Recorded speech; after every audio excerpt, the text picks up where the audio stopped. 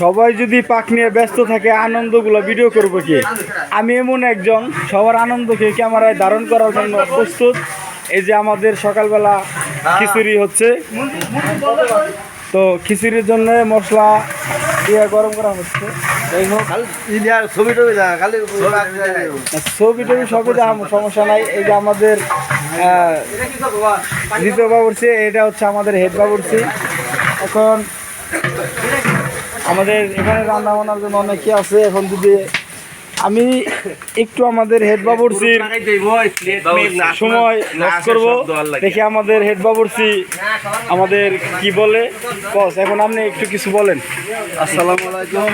আমরা silver line composite textile মিলসের পক্ষ থেকে, মেন্টেন্যান্সের পক্ষ থেকে আমরা একটা পিকনিকের আয়োজন করছি। এখানে এখন সকালের খিচুড়ি রান্না হচ্ছে।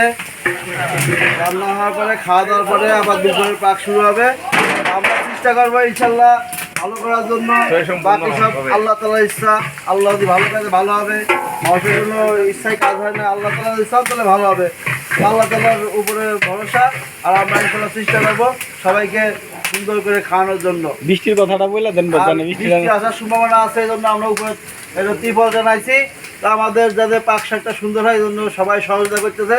আমাদের মেন্টেন্যান্স টিম অত্যন্ত সবাই এরকম আনন্দমুখী এবং সবাই সহযোগিতা করতেছে। সবার সহযোগিতার ফলে আমরা একটা সুন্দর অনুষ্ঠানের উপভোগ করবো ইনশাল্লাহ। শুরু করেন। বিসমিল্লাহির রহমানির রহিম।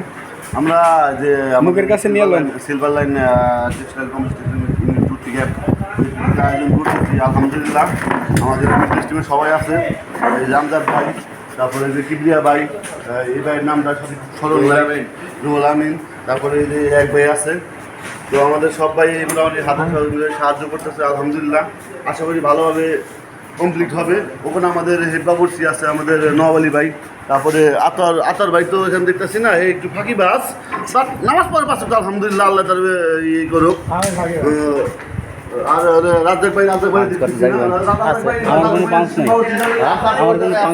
ওইখান থেকে আছে।